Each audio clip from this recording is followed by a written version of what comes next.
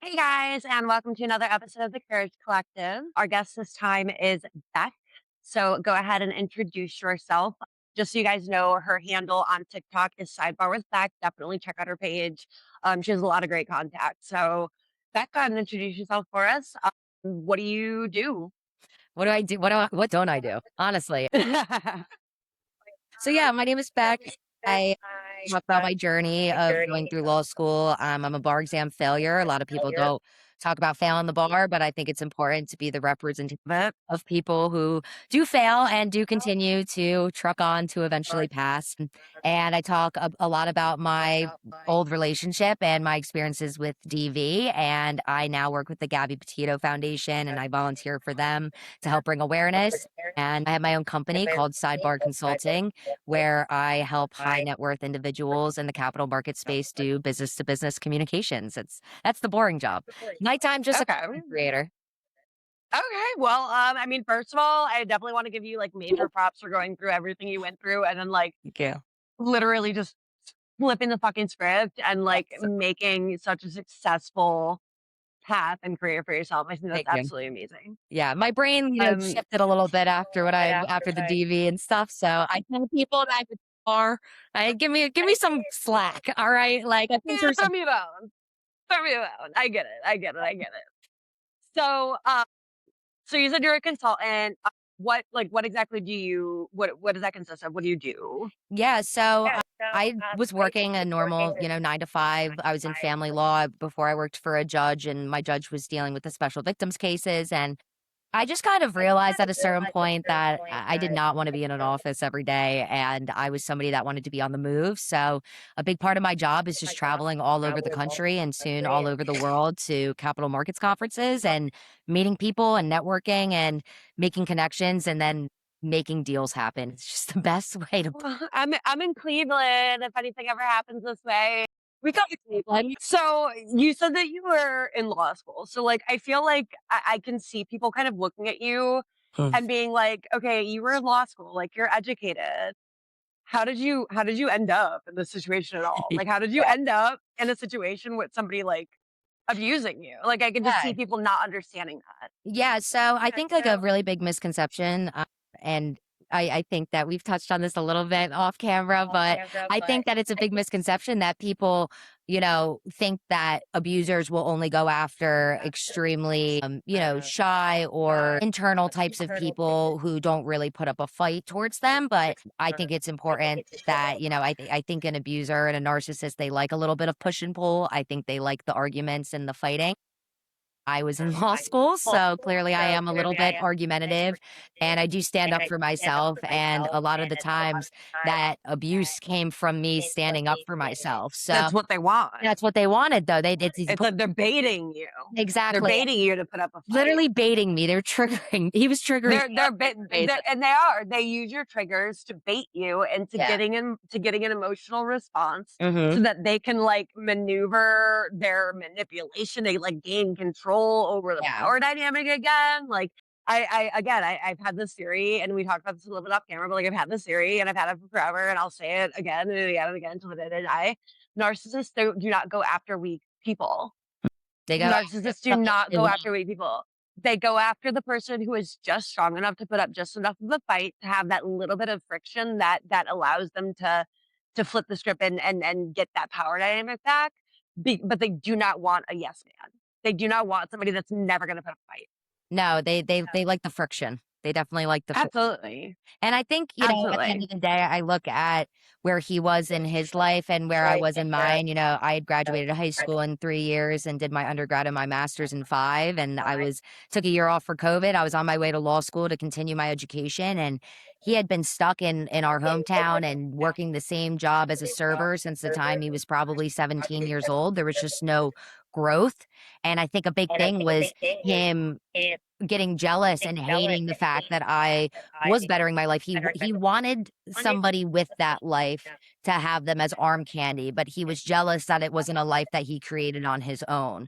So, Let's have that right. conversation. Let's have that conversation because I think that that is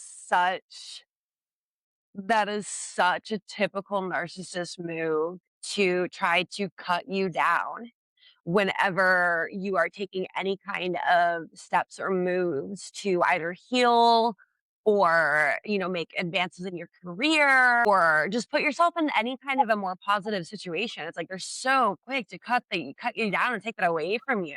Yeah, and it was always the, "Oh, you're going to law school to cheat on me." Like, I pay so much money to be here. If I wanted to cheat on you, I could do that in our hometown, which he figured out how to do. So it's like, I don't need to go Damn. to law school to do that, like, I don't need to do that, when you're actively putting those things on somebody and it's not true, you obviously know that the other person is just putting it on you because they're doing it themselves. They're Uh, yeah. of course, but I think in that moment, like especially in my situation, like my abuser was the one who was saying like which is crazy because I never accused him of anything. But like he would say to me, like he'd be like, it's always the person who's guilty of things that is like the one, saying stuff about it. I'm like, but I'm it's not you saying anything. constantly accusing me of you literally thought that I'm getting dressed in a suit, like a pantsuit every day to go to a 9 to 5, Monday to Friday, to go sleep with people for money. You thought that I was faking going to work and getting up and being gone for 40 hours a week to go Right. sleep with people for money. Right, The like only person accusing anybody here is you. And I later found out why that was. right, you learn the timelines of things and you're like, "Oh, now everything is starting to make sense." Like, Everything started to make a lot yeah, of sense. and yeah, just back to the main point though, I think that it's just people don't think that strong people would ever be in that situation. I think it's more common than you realize. I think that a lot of women who are in these male dominated fields, there was a part of me that, I've been surrounded by men in everything that I've studied. I studied Homeland Security. I was like one of the only 3 girls in my class out of the whole group. And, I'm not a stranger to being the only woman in a room either, but I think that people forget that you do have a little bit of a soft spot for your abuser. So, Uh, I tend to always give grace to people going through the situation now because it's easy to judge, but at the end of the day, it's just somebody who's in love and, what are you gonna do? You know? and I'm so happy that like you're dynamic in this situation. And, kind of going back to abusers only choosing strong, victims, your friends and your family know who you are. That's why they look at you and they say, dude, you're better than this. Why are you still dealing with it? Mm, I think about myself in the waiting room at the ER the day after my leg was broken by my husband.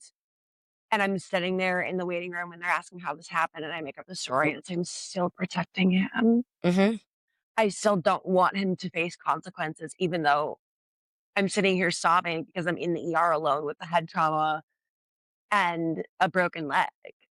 yeah, I'm still protecting him because you love them. At the end of the day, yes, did this person put on a facade of characteristics that they could not be maintain in the long run? Yes. And there does come a point where you have to realize like the person that you fell in love with was not really real. right. I think that was a huge part of moving on for me was coming to the realization that the person that I fell for it never existed. Mhm, That person was literally manufactured for to me. get into for me. Yeah. Of course I fell in love with him. Mhm. He was everything that I needed Everything I wanted. because I felt Every so comfortable telling him about my traumas and things like the abuse growing up and sexual abuse and physical abuse and all these relationships and X, Y, and Z. And it's like they learn these things about you, right? And it's like gets them a foot in the door. Okay, so Mhm. she has dealt with this. So that's if I do this, she's gonna run. Right. Right, but if I just, like, love bomb her with this because I know she's never had it, I'm Mhm. in, man. I'm I'm in. in. I'm Exactly. in. And it's like in hindsight, like, I realize, like, that's exactly what happened, but it still does not change the fact that I fell in love.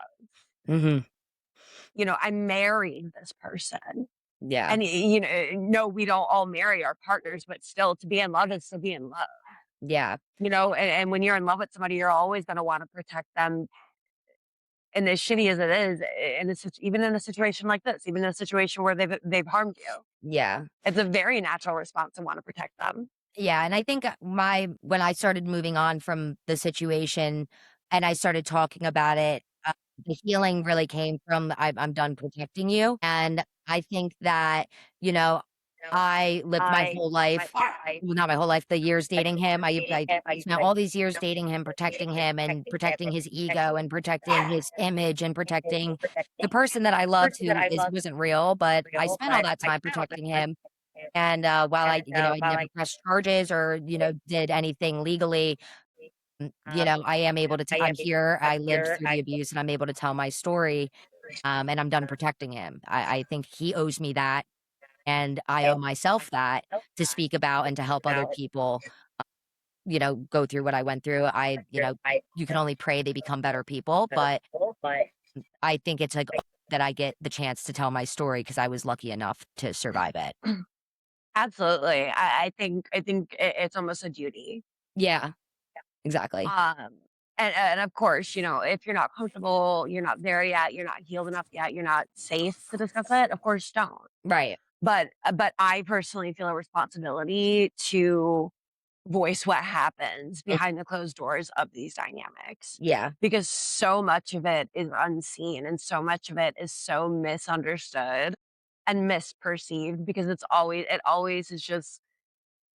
like seems to boil down to something so simple as, why don't you just leave?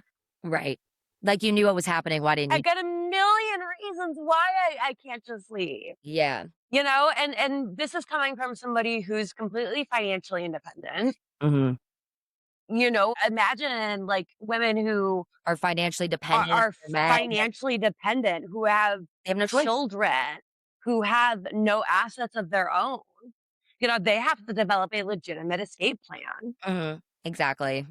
Yeah, it's So if I can help anybody kind of figure any of that out, like that's enough for me. yeah. Yeah, I agree. I completely agree, and some people, they don't wanna talk about it, which I understand. It's hard things to talk about, and, it's not everyone's job to come out and speak about their abuse. It's also, like, not always safe to do so.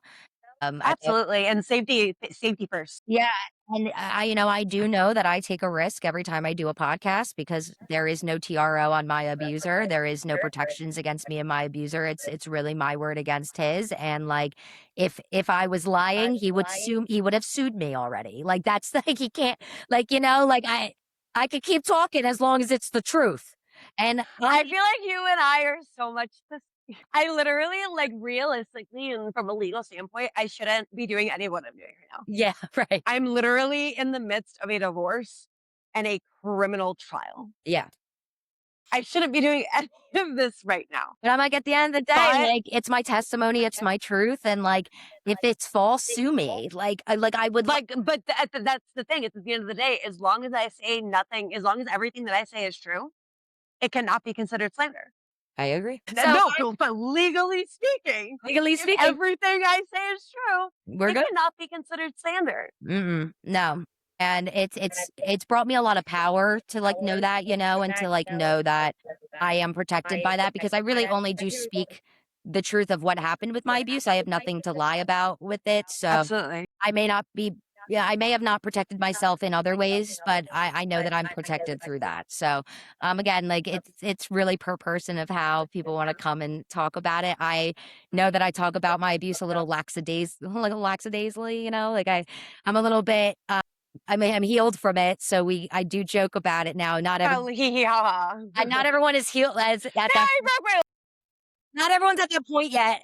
And I do, try to find just like the silver linings in it all and keep it light. But I do like to keep a nice, I went through the therapies and the traumas I do joke about it. So if anyone gets offended by that, please do not watch this episode because I really too much. we'll put a disclaimer at the beginning. Just been smiling. Really quickly. Great. Yeah, yeah, yeah, yeah. I'm like not being somber at all. Like it's yeah. Anyway. It just like the way that I look at it is like I've survived so many horrible, horrible, horrible things. This person, this boy, this narcissist, this person who was so sociopathic and self unaware and just uncompassionate and like just reckless. I can't like Yeah. I can't like be a puddle on the ground. Yeah. And it's like very like empowering when you take that power back for yourself, and you're able to stand 10 foot tall and just 10 foot, 10, that's definitely not 10 toes. 10 feet, 10 toes 10 toes tall. down or Yeah. 10 feet 10 tall. feet tall. Either way. To be able to like stand up after that and to be able to speak about it is very empowering, and I found a lot of healing in these conversations, because you just learn you're not alone. We all dealt with like these really fucked up things, and you look back at yourself like, what the fuck was I doing? Literally, what was I Like, doing? what the What hell was I was that? thinking? But I think it's important to keep those conversations going, because there are people in it currently who will watch this and who are like, why am I putting up with this? And that it can take one quote from someone being like, what the hell are you doing? And you're like, what the hell am I doing? And it's And you not know what? The way that I look at it is like I have guests like you on my show, and like for all I know, somebody could like watch this and just fall in love with something that you say, and like that could build a connection, and like there's so much that can happen from just talking about it Mhm.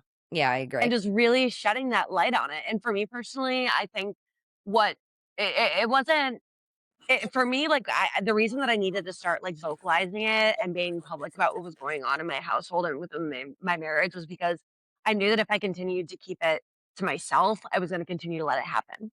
Yeah.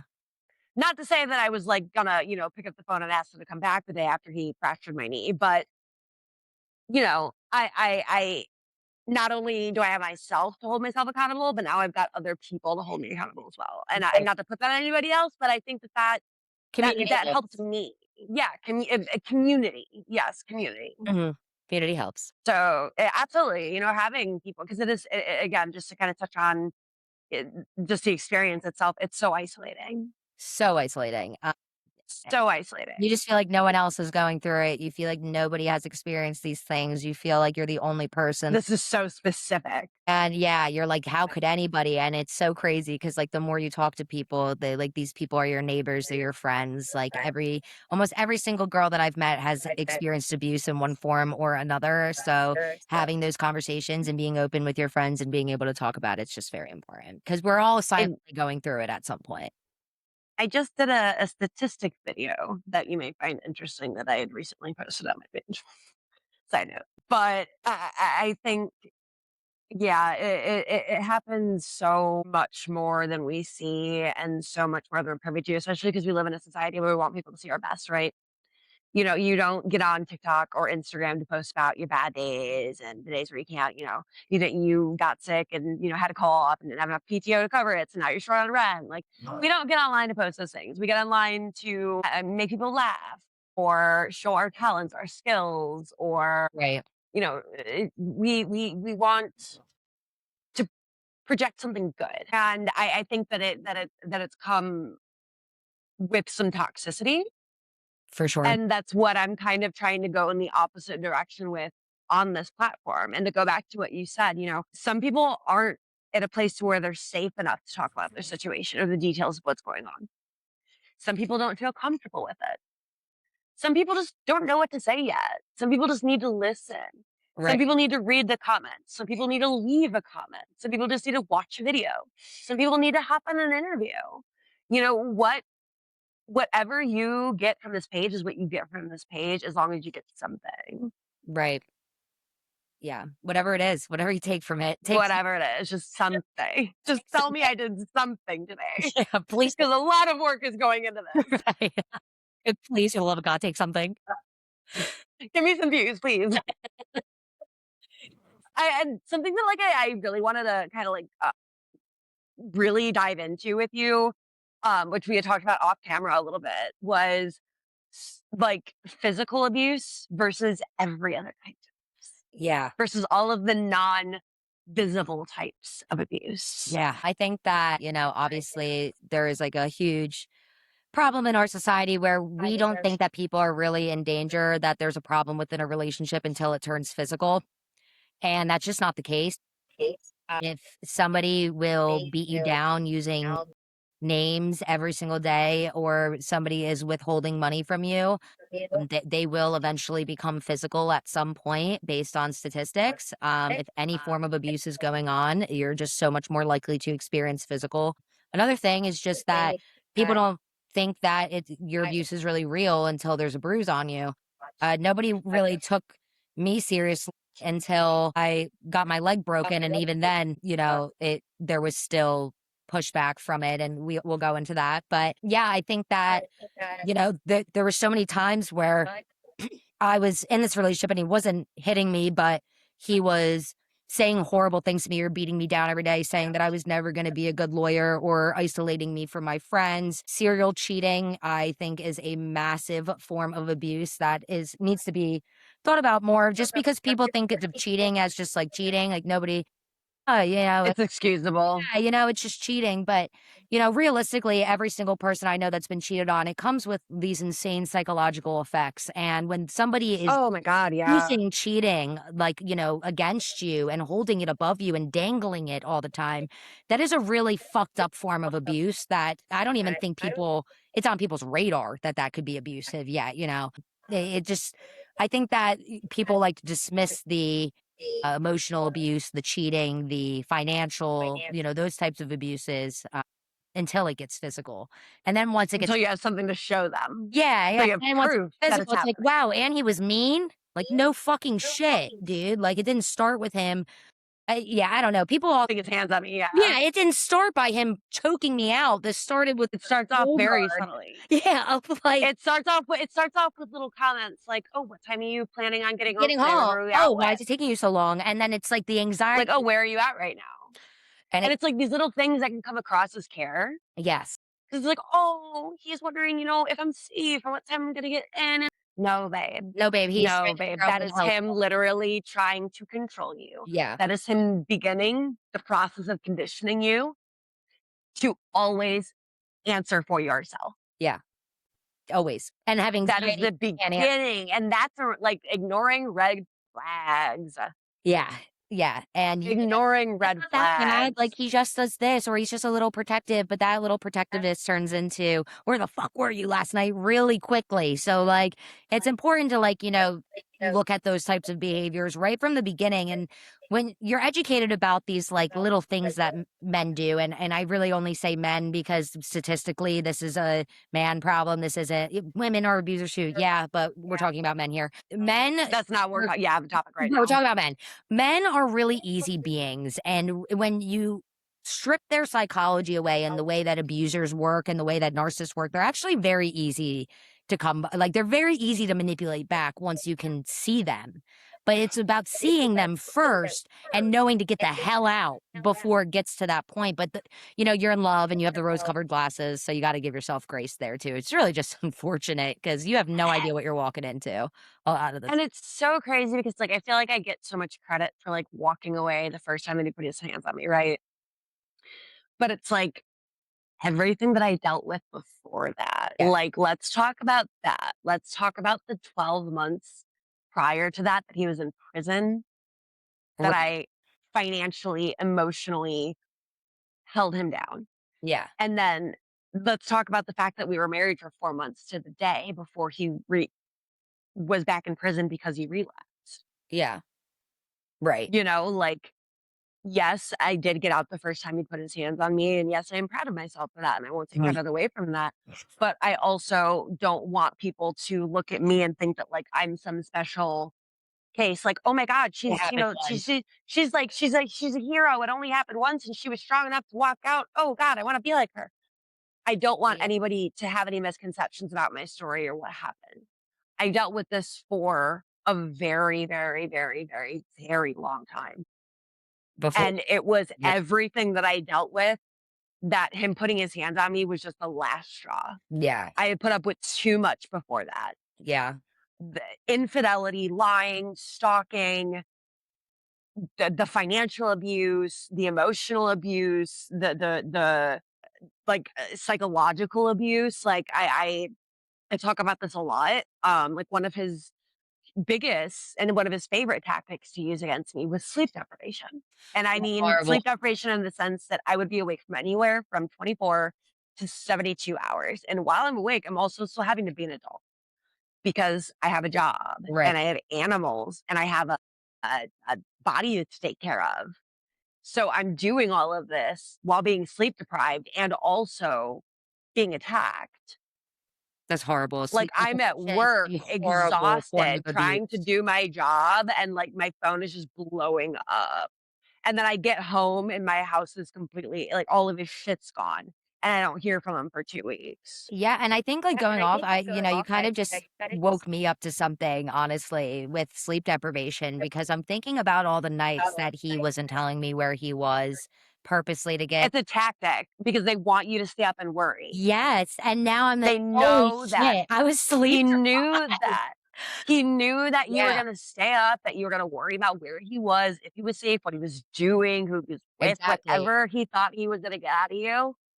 That's what he was doing, Because and in my I head, like, I'm I like, think that we that need to call this shit out. yeah, no, because in my head, I'm like, when I think of sleep deprivation, right, it's You like, think of, "Wake up, wake up, wake up." like Yeah. yeah, like, aggravated. But now I'm thinking of, like, all the times that I was just up, even, like, the day I was taking law school finals, right, and I should be 1L, which is, like, the most serious, and I should be focused on that, and he was out cheating on me, fucking around, and I'm up until 3 AM. I have an exam at 9 AM.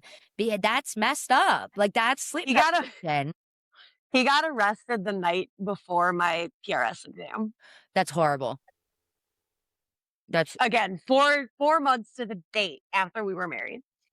that's insane. Insane. What frustrates me personally about it is that, again, like, I gave so many opportunities. I tried to help you. I really did. Yeah. Like, I understand addiction firsthand. I get it.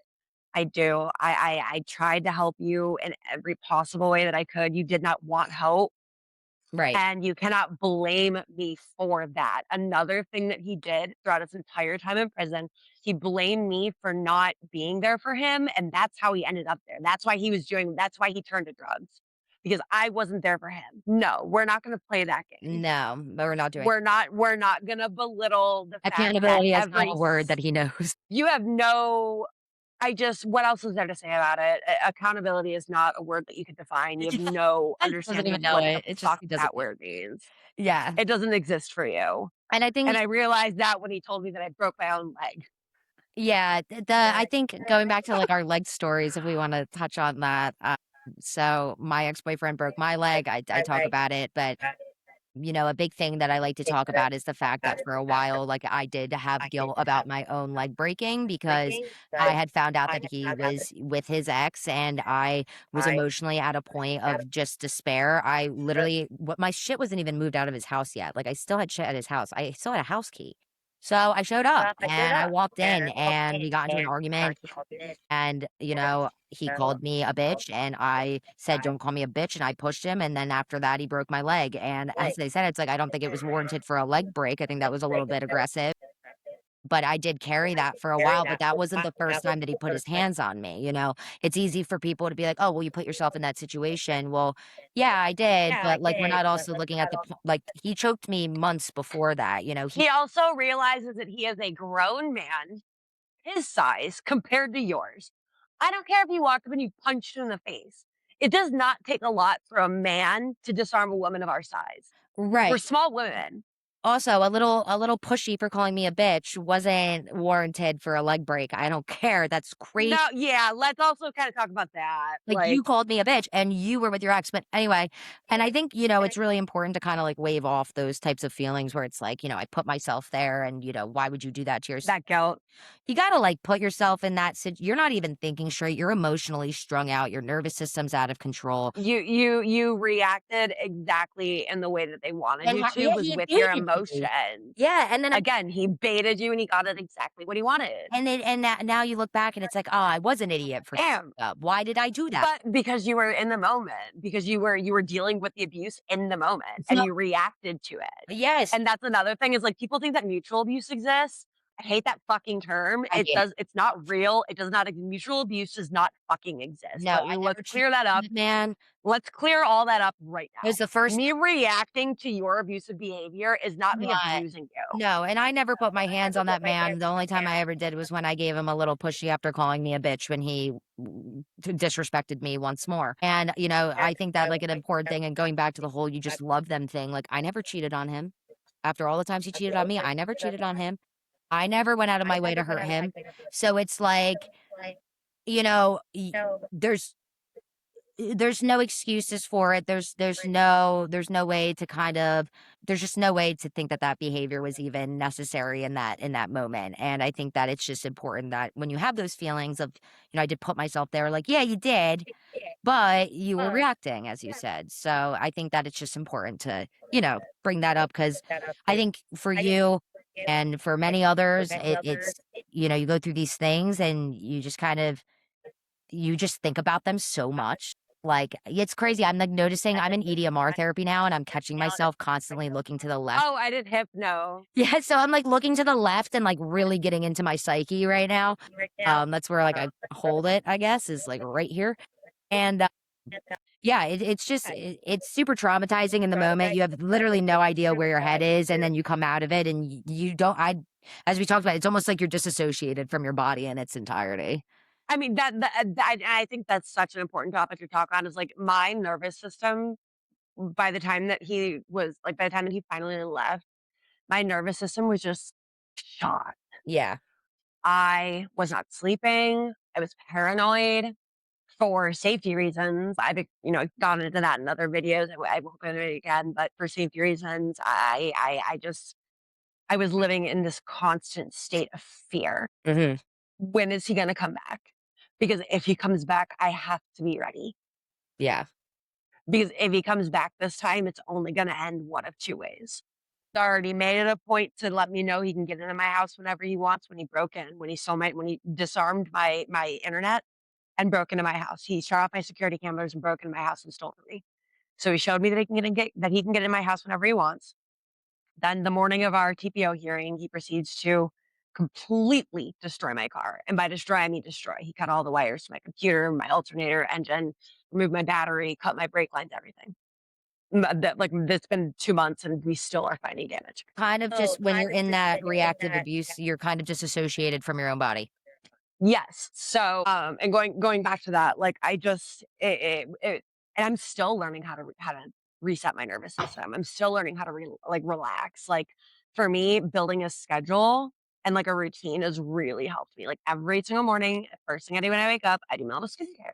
Yep. Every night before I go to sleep, do my little skincare. When I wake up, I like spend the first hour of my day doing my little word searches. When I get home from work, I spend the first hour and I'm home doing my little word searches, like keeping up with my animals, like a routine and a schedule has helped me so much because there's so many emotions and so many just crazy ass aspects that go to this. It's like you're so angry, but you're so sad Yeah, you're really sad when and you're so disappointed, but it's like, what else did I expect?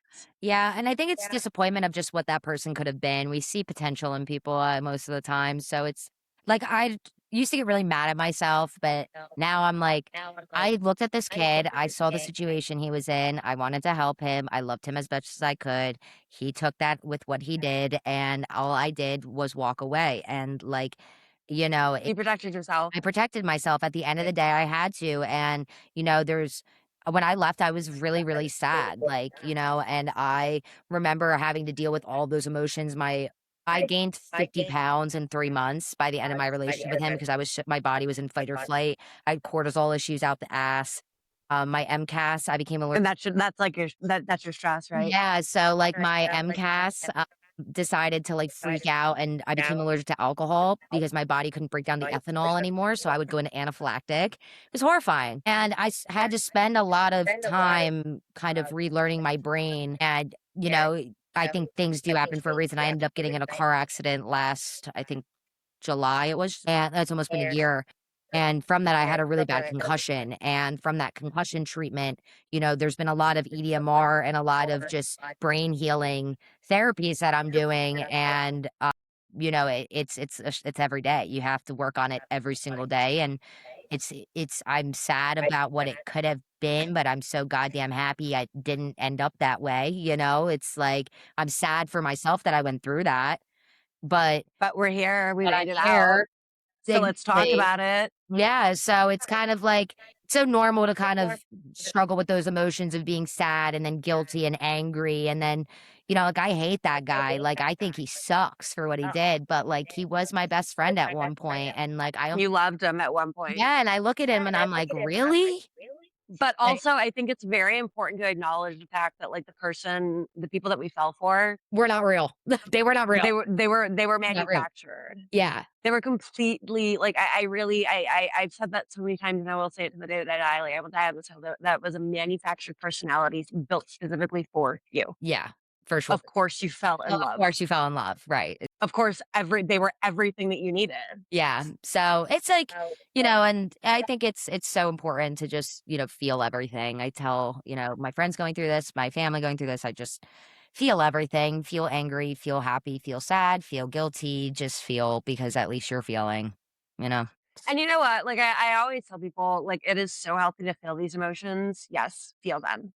Yeah. Definitely feel them, but do not allow yourself to live in that space No, you got to just, because it's so easy to, like, feel that guilt and then literally just, like, succumb to it. yeah.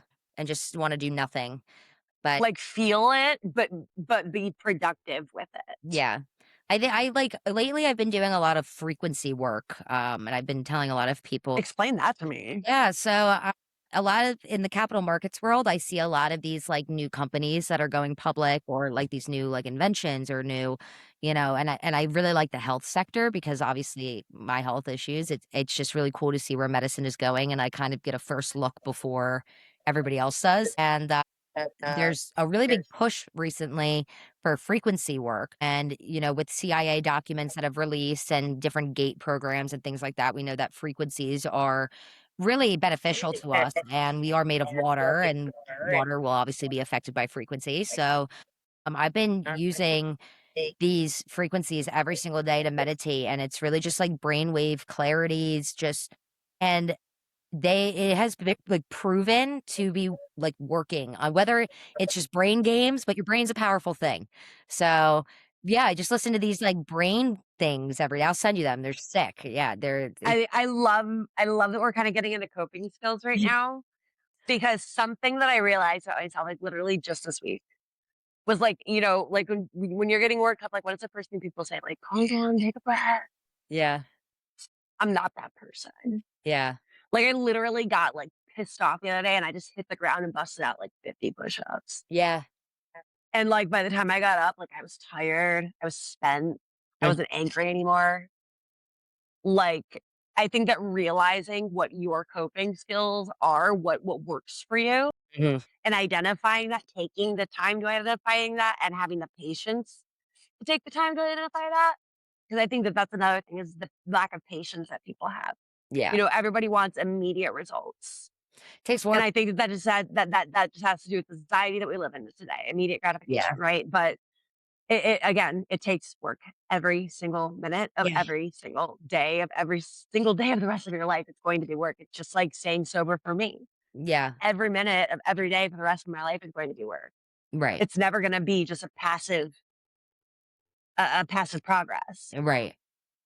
You have to put that work in. Love You that. definitely have to put that work in.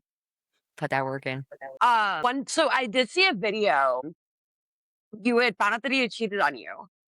And you had said that, like, everybody was calling you crazy, and then you had said something to the effect of, "Don't go on a mission to, like, find things out, just trust your gut." Yeah, And I just wanted to touch on that because, like, I love that you said that because I think that being in our position, sometimes we can, like, spin out looking for proof to justify the feelings that we have and, like, give ourselves actual hard evidence to, like, give ourselves permission to feel that way. mm, When it really is just trust your gut because, like, yeah. all the months that I couldn't find hard proof, You knew. what I found out later Mhm. was exactly what the fuck I thought was going on that entire time. It's like when you go through someone's Trust your following gut. and there's like a one name that's just like glowing in your brain and you're like, it's that girl. There's no I've reason heard of that why we person. know, but we just like know. Like, I don't know what it is about women's It's intuition. beautiful thing. And my entire life, I grew up with, my mom, and then I have two older sisters. I'm the youngest of three girls. So we're very into, our feminine intuition. We've always been told to listen to it since we were kids. And yeah, it's really easy to spin out, but like, if like, just trust your gut. Like, you like genuinely know yourself and you know your body, and your body's going to react to things that are foreign. So, like, if your boyfriend is sleeping with somebody else and then comes and sleeps with you and you're randomly getting BV all the time, like, You're it's probably because your body's rejecting at that point. Yeah, yeah, yeah. So it's important to ah, listen to yourself and like, that is so interesting that you say Mhm. that Yeah, because something that I noticed is not to get like TMI, guys, girl but talk, as a woman, you'll understand girl this. talk. And as any women any women listening, you will understand Yeah. this if you've been with that person.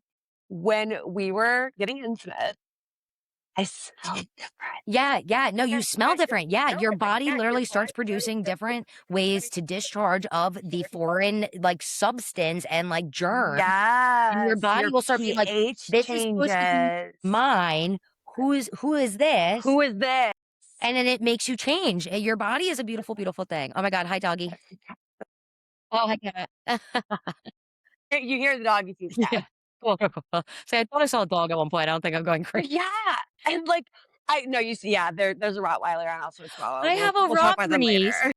I have a Rottweiler Bernese Mountain Dog mix. I He's love that, real I love cool. that. But, like and I think that that's, like it's so, like as women, I feel like there's a little bit of, again, shame and embarrassment that comes with it, especially when the abuser notices, Oh, yeah, and it's your fault. and then they wanna make What are you doing? comments, Why do you smell like that? You.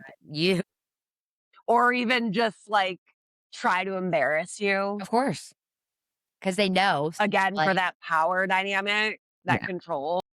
crazy. I've literally had people try to embarrass me over it. Like, "Honey, you need to understand this is not my fault. Right, like, this was not my doing. I am very hygienic. This is Right. not my You're like, I if it was take up my to vitamins, I me. wash myself. Yeah, like, if up to me, I wouldn't smell like this either. When when I'm not with you, I don't smell like Yeah, this." right. Yeah, I also noticed that, like, with my one ex-boyfriend, I started getting these really bad face rashes all the time, which was, like, another thing, and, like, with my MCAT. Your body Yeah, reacting. like, your body does, and, like, now, like, I'm much healthier and, like, my body's calmed down, and I'm with a great man who is just the most beautiful soul and is, like, the most healthy man ever, but Oh, we're gonna talk about him. yeah, like, We're gonna talk about him. the skin is skinning, like, the body's bodying, and it's a big part of that is because it's, like, I'm very safe there. My body feels very safe, you know? And that is such oh my god, that feeling of safety I haven't felt it. when you can just take a breath and, when you can fall asleep and actually fall asleep. Yeah. Yeah, and it's just, like, Actually I don't have to go rest. through his phone, like, I don't have to, like, freak out and, like, follow him places, like, I can really just, like, live and he can live and we can just, like, live together, and it's, like, very beautiful.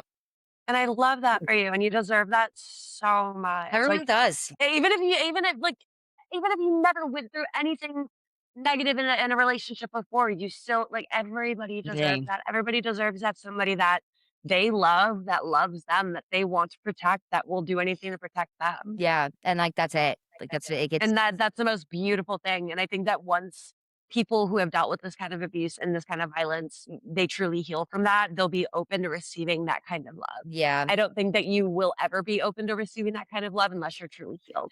Yeah, I mean, You don't know what to I look would for. actually well, I think I was, like, I don't know. I'm like, was I healed? I was like, yes, I was healed, but I think that I also was very lucky Healing.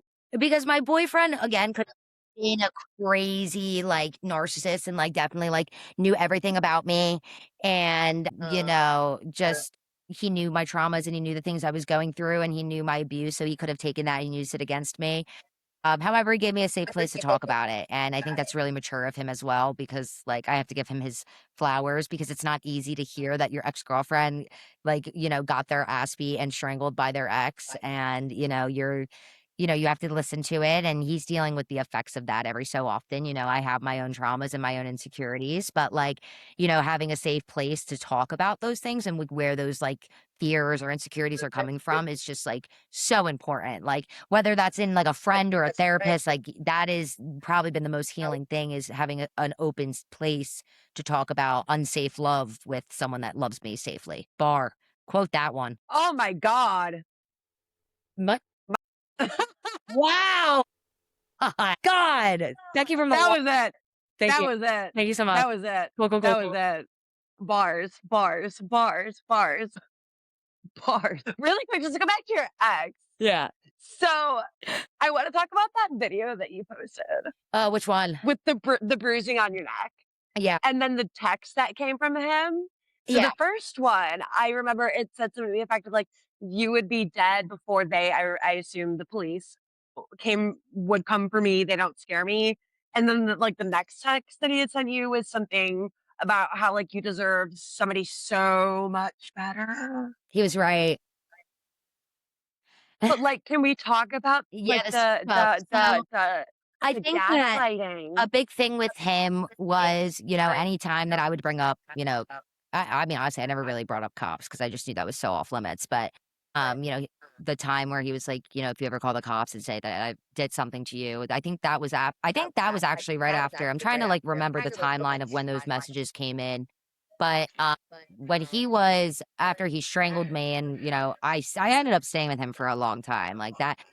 He As we do. me in, like, October of 21, and I didn't leave him until, like, 2023. And even after he broke my leg, I ended up getting back with him for a good, like, 7 months until, like, I got my own apartment down in my like, Delaware by my law school because I was living with him for the summer and whatever, so I went back, and that's when I gained the 50 pounds because I was living with a guy who just broke my fucking leg, like, no shit. But, a big thing with him was, when I left finally, he was pretty distraught. I mean, I remember when I was moving on and he was seeing that and he was blowing me up. "I'm so sorry. I miss you so much. I'm never gonna find anybody like this ever again. Like, I need you." You know, and I remember one of the last I gave him a chance to actually talk to me, and we spoke on the phone.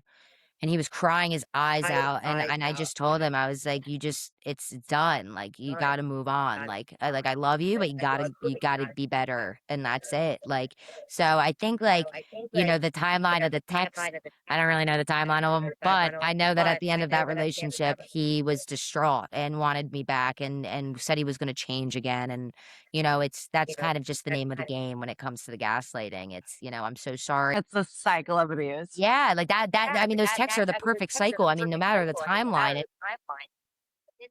Because it's like, you deserve somebody so much better. No, I don't want anybody. I don't want anybody. I want you to be better. yeah, it was, like, so weird 'cause, like, it was, like, a mix of, like, when he found out I was moving on, he was like, "I hope he makes you happy," and all this shit, which, like, whatever, but, Oh God, I would never hear that. like, "You deserve someone better," all this crap, but, I mean, at the end of the day, like, while I was dating him, he was reaching out to his ex on a regular basis and whatever, keeping tabs and, with me, he really hasn't. I think he knows that he fucked up. All you can hope is that he's in his own therapy and doing his own work. And, yeah, I think that hurt people. That's an important thing. I think that there are reasons why people end up becoming abusers. I don't want to knock that at all. I think that yeah, honestly, I think that this all needs to start when kids are kids and teaching people how to emotionally regulate their feelings. And, having healthy love around kids is really important and healthy dynamics around kids. So, Absolutely. not to give him any excuses. There's no excuses to ever beat somebody, but I think that it's more of an explanation of behavior than anything else. But also, on the flip side, my dad beat my ass. My mom was very emotionally neglectful. I found my mom deceased after she had been gone all night at the age of 44. Mm. I Like have you've never been hit sexually anybody. assaulted.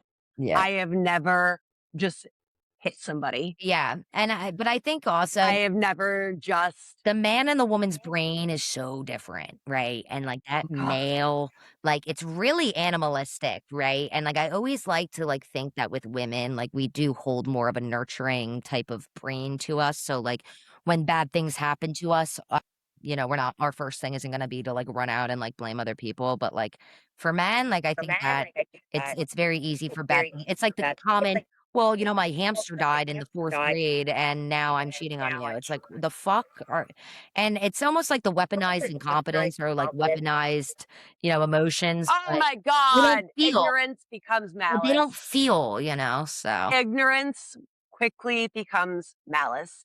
When you, at a certain point in ignorancy, you are just literally choosing to remain ignorant, and that Right. is a malicious act. Yeah, it's very malicious. And I think it's, like, so important that, like, I think that there are explanations for behavior. We've talked about these things. It's always important, but obviously when you love somebody, they learn everything about you. You learn everything about them. But I think at the end of the day, again, like you said, I've never hit anybody for no reason, so I don't really understand it. But that's somebody else's trauma to deal with, not mine. Exactly, exactly. I'm That's for never you gonna to understand it, so I don't even try. oh my god, and accepting that is such a pivotal part of moving forward. You are never going to understand their behavior. You're never gonna understand why No, they did what they did. You're never gonna understand why you love them so hard and they did you this way. You're no. never gonna get it because your brain does not operate that way, and you have to accept that you're never gonna I think understand that's the that. biggest part of healing is just accepting the fact that you'll never be able to understand it and you can only move forward from it. Like, I still am like, "Babe, like, you had literally had, like, a lawyer.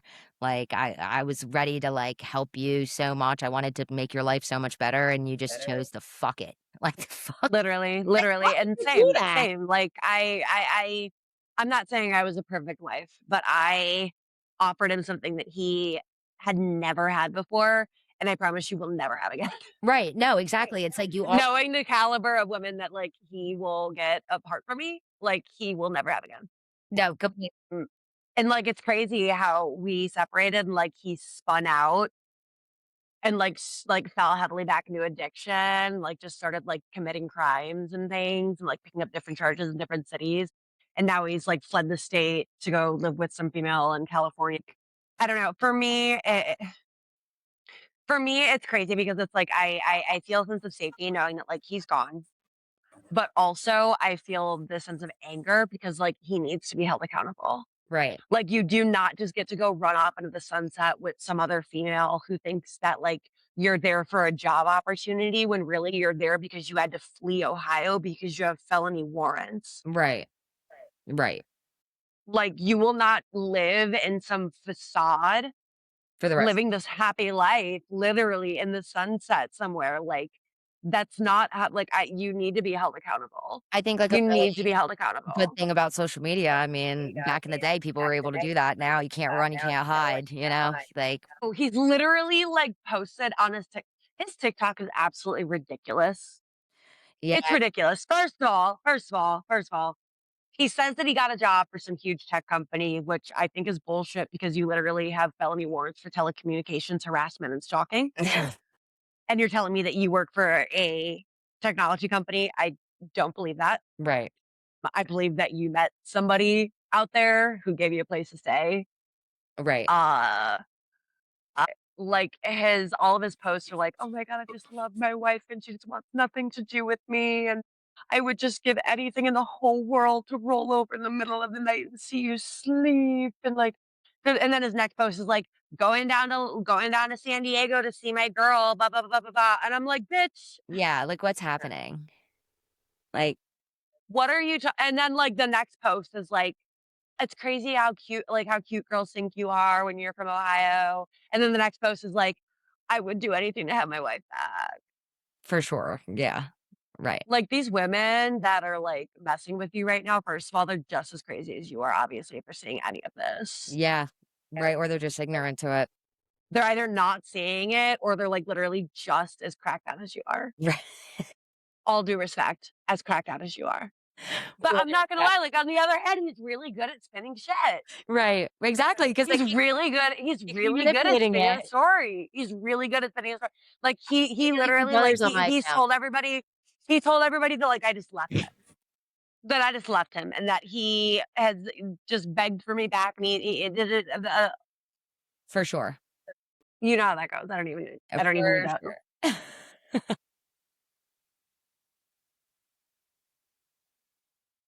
I don't even need to get into that. You know how that goes. Yeah, yeah. It's crazy. Okay, so I always end my interviews with this question. What is something that you hear, especially like having dealt with the criminal system and the police and all of that? Like, what is something that you hear that you think is just the biggest misconception to you surrounding domestic violence or abuse or dealing with a narcissist? Like, if there's something that you can truly just make people understand and get 100%, what would that one thing be? Yeah, I think that, throughout just my own experience and then being in, the justice system in different ways, whether it be with internet crimes against children, special victims, DV, whatever it may be, you know, people think it's really easy to just hate their abuser. Um, you know, I think it's really important to remember that these people were in love, whether it was a facade or not. Like when you love somebody, you'll do anything to I protect. love them. You want them to be better. So walking away from a situation like that, it's really easy to feel like you failed and you failed at making that person a better person. If I was better, they'd be better. And I think it's just important to remember those dynamics because it's not always like, wow, he did such horrible things and now I hate him. It's like, there's so many different layers that go into it. So it's just that layer of understanding the whole, looking at it holistically, looking at it with like the totality of the circumstances, one might say, where it's, kind of bringing in all those different emotions to it because it's not just he did this and I hate him now. It's a lot more than that. Well, I think that's a beautiful place to end this. Thank you so much for your time back. It's been such a pleasure. Thank you, thank you, thank you for coming on. Again, guys, her handle on TikTok is sidebar with Beck. I'll put it in the little comment area box thingy there. Again, thank you so much for your time and have a good night. Oh,